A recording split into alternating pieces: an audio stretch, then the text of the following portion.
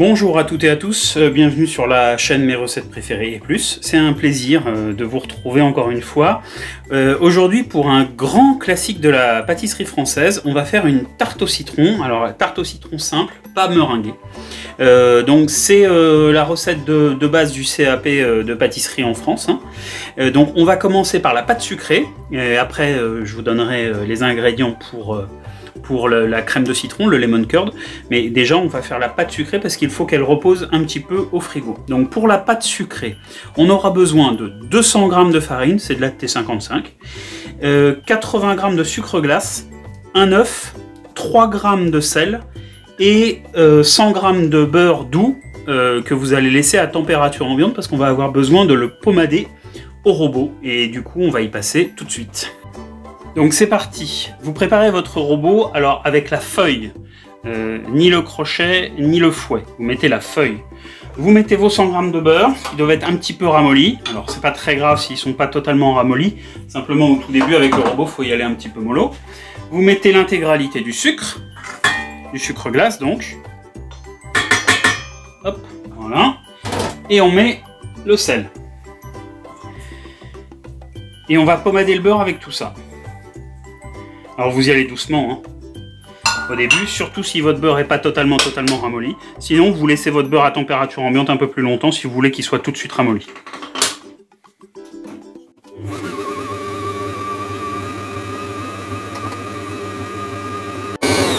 Voilà, on y est. Donc vous voyez, regardez, la texture elle est vraiment bien pommade là maintenant. Vous voyez, c'est... Vraiment, c'est de la crème, quoi. Donc, vous faites varier un petit peu la vitesse en fonction. Évidemment, vous faites attention à ne pas en mettre partout. Jusqu'à temps que votre beurre, il colle un peu comme ça, à la fois au crochet, enfin à la fois à la feuille, plus exactement, et à la queue de votre robot. Vous rajoutez l'intégralité de votre farine en une fois. Pardon. D'abord, on rajoute l'œuf, autant pour moi. On va mélanger un peu. Et après, on rajoutera la farine en une fois.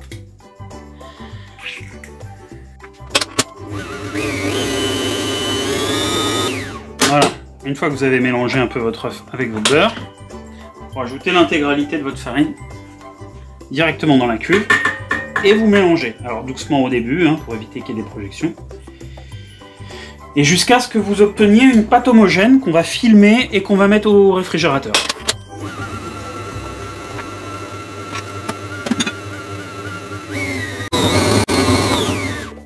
Voilà. Vous voyez, il n'y en a vraiment pas eu pour longtemps. Regardez. On va tout récupérer avec une maryse.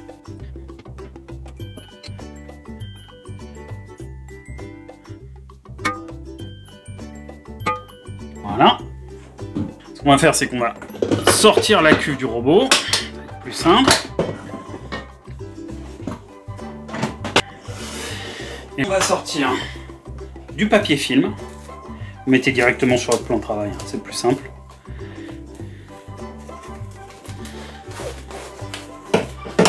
Voilà. Mettez une bonne longueur, ça vous êtes tranquille. Vous coupez ça, hop. Et on va récupérer l'intégralité de notre pâte.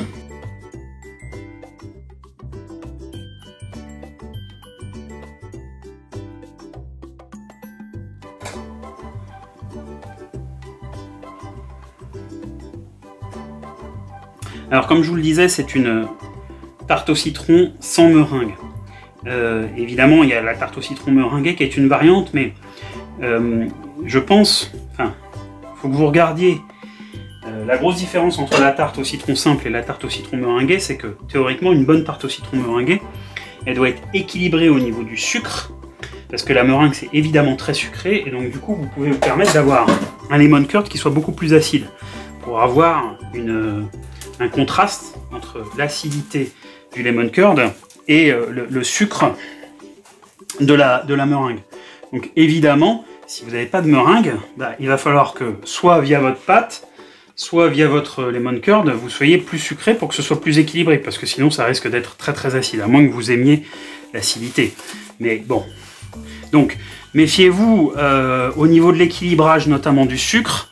Vous pouvez pas forcément faire une tarte au citron meringuée avec la même recette qu'une tarte au citron classique. Voilà. Une fois que vous avez fait une belle boule comme ça, et ben vous mettez ça minimum une demi-heure au frigo. Nous on va le laisser un petit peu plus. Donc je vous reprends plus tard pour la suite de la recette. À bientôt. On se retrouve après une demi-heure de réfrigérateur. Donc notre pâte est bien fraîche là, bien froide. Pas trop parce que sinon ça va être plus compliqué à étaler. Et on va étaler notre pâte pour foncer un cercle à tarte d'environ 22 cm. Donc on va essayer de foncer ce cercle là. On va le mettre sur une plaque avec des alvéoles pour que ça cuise un petit peu mieux. Vous pouvez préchauffer votre four à 170 degrés chaleur tournante. Voilà, donc on va foncer la pâte tout de suite. Alors je vous conseille d'utiliser des feuilles de papier cuisson, c'est plus simple. Voilà. Donc, deuxième feuille de papier cuisson. Voilà. Et on y va.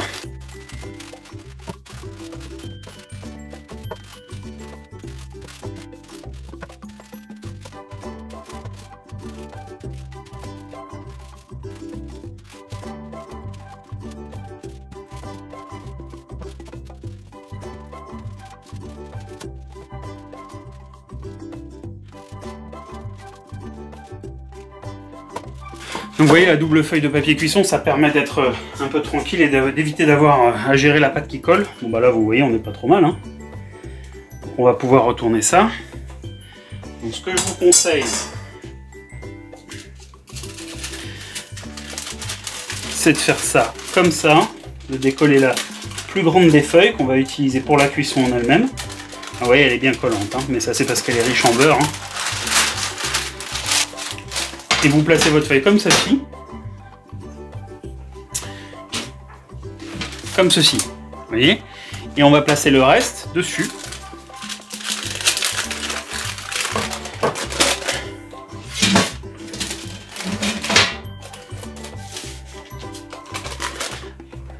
Alors, un petit peu délicat, mais on va essayer de le faire proprement. Voilà.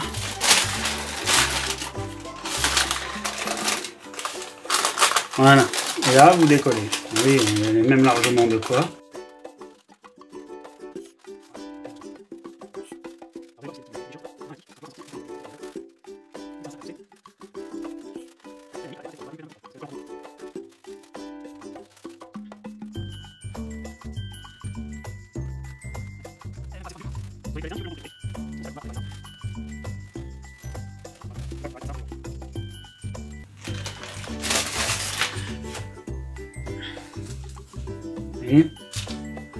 Vous pouvez foncer votre pâte directement comme ça.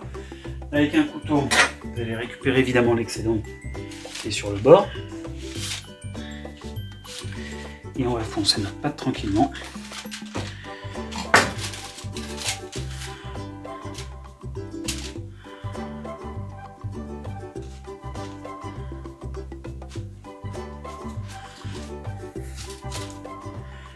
Et largement assez, hein.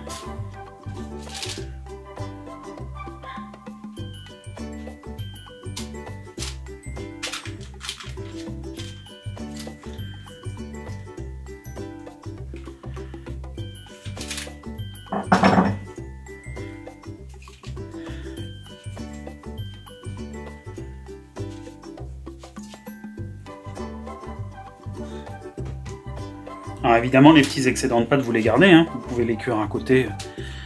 C'est de la pâte sucrée, donc ça va être bon, hein.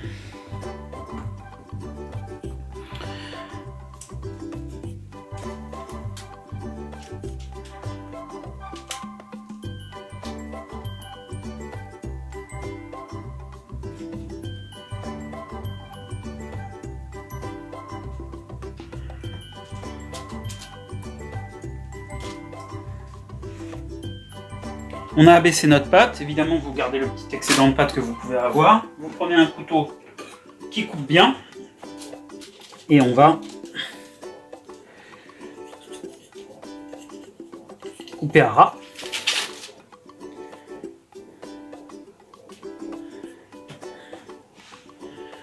Pour qu'on ait une découpe la plus propre possible. Voilà, on y est. Une fois que vous avez votre fond de tarte qui est à peu près bien abaissé comme ça. On enfourne à 170 degrés pendant 20 minutes. À tout à l'heure. Voilà, on se retrouve après un peu plus de 20 minutes de cuisson, mais pas beaucoup plus. Vous voyez, regardez, elle a pris une belle petite couleur. Ça a légèrement gonflé, mais c'est pas grave du tout. Avec la pointe d'un couteau, vous décollez très légèrement sur le côté. Alors faites attention à ce que on ne casse pas évidemment le fond de tarte. Et vous enlevez le cercle. Et voilà. Et vous attendez complètement qu'elle refroidisse. Une fois que ce sera bien refroidi, vous pouvez mettre ça au frigo et on va pouvoir passer à la crème de citron.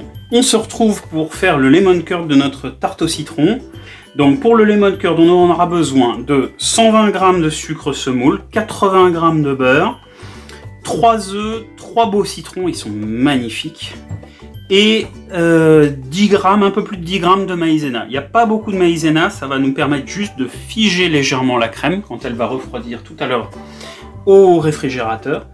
Et on va attaquer cette crème tout de suite par tirer les zestes et presser les citrons. Dans une casserole, on va récupérer d'abord le zeste de nos citrons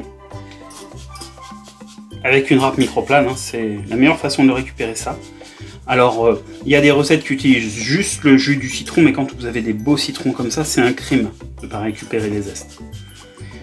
C'est dans les zestes que vous avez le plus de saveur. Alors évidemment, il faut bien récupérer uniquement la fine peau, mais pas le blanc, parce que le blanc c'est de l'amertume. Mais surtout récupérer les zestes quand vous avez des beaux citrons comme ça. C'est là où vous avez toute la saveur du citron qui se concentre. Donc c'est parti.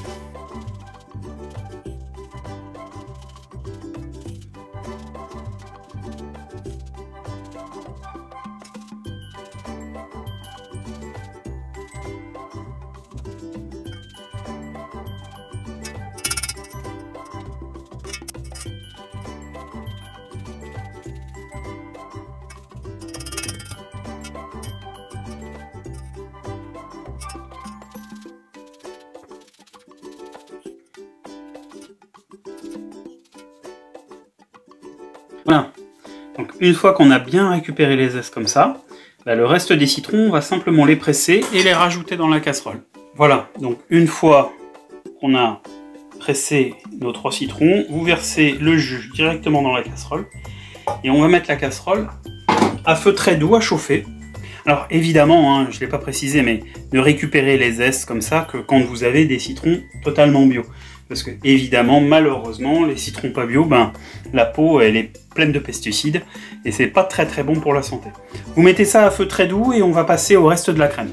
Alors c'est parti. Dans un cul de poule, vous mettez l'intégralité du sucre et vous cassez vos 3 œufs dessus.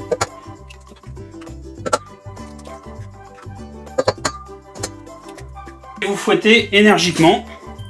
Alors vous pouvez le faire au robot, hein.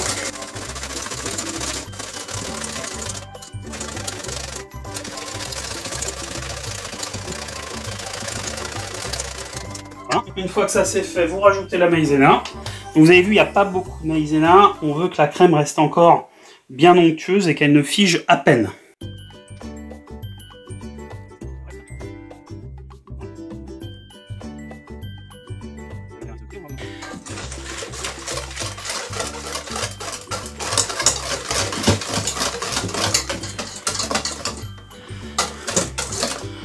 Bon, on n'est pas sponsorisé par Maïzena. Maïzena, c'est de la fleur de maïs. Mais bon, ici, la principale marque, c'est Maïzena. Alors attention, ne confondez pas fleur de maïs et farine de maïs. Ça n'a absolument rien à voir.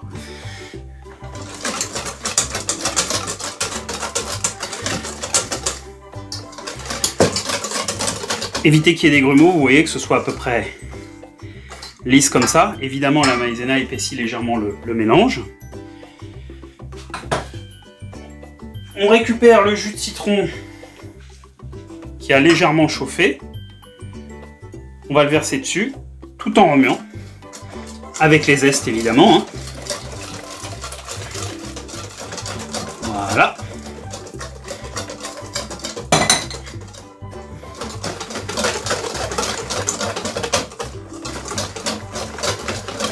Et ce mélange-là, on va le remettre au feu, à épaissir.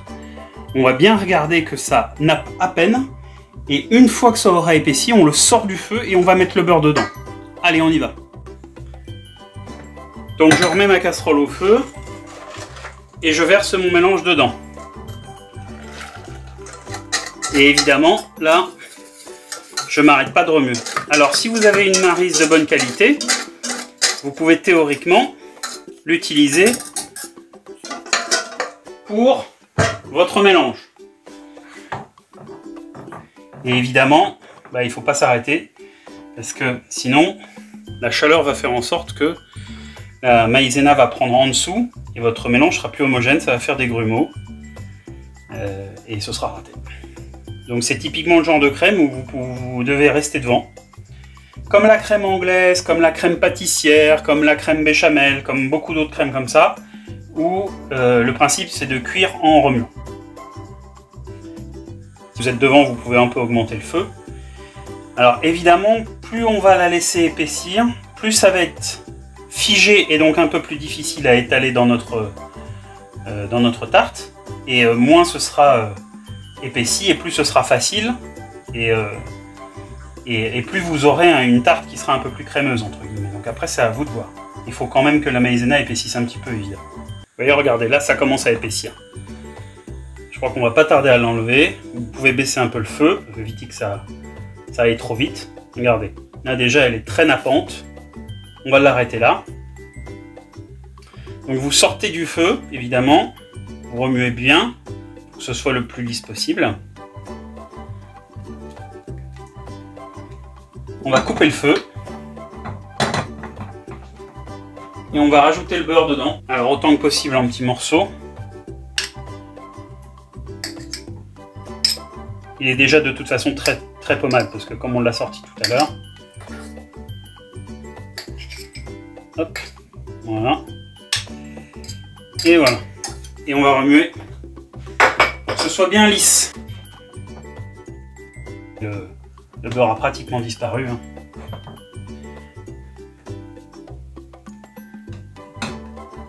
Je vous montre un peu plus près le mélange. Voilà, là on est bien. On va passer directement au montage de la tarte. Donc on en arrive à la dernière étape. Vous voyez, on a récupéré notre fond de tarte. On l'a mis dans un petit plat adapté. Vous récupérez votre crème au citron. Alors, il faut que vous le fassiez avec la crème encore un peu chaude. Pourquoi? Parce qu'évidemment, sinon la crème elle va figer et vous allez avoir une pellicule qui va se mettre dessus. Vous pouvez la conserver au froid, mais à ce moment-là, il faut la filmer au contact. Vous versez doucement. Évidemment, on va essayer d'en mettre le maximum, que ce soit bien chargé. Oui, on va quasiment pouvoir tout mettre. Avec une petite spatule, vous lissez.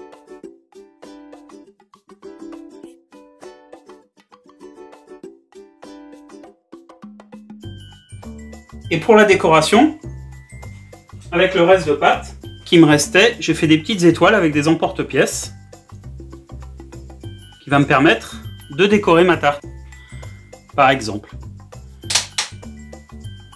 Alors sinon, vous pouvez mettre évidemment une petite rondelle de citron, quelque chose comme ça, à vous de voir. Cette tarte-là, elle va au frigo au moins 2h, 2h30. Moi, je vais vous abandonner ici. Je vous souhaite une excellente dégustation. N'hésitez pas à mettre un pouce bleu, à mettre un petit commentaire si cette recette vous a plu. Et j'espère vous retrouver à très bientôt pour une nouvelle recette. Prenez soin de vous. Bye bye.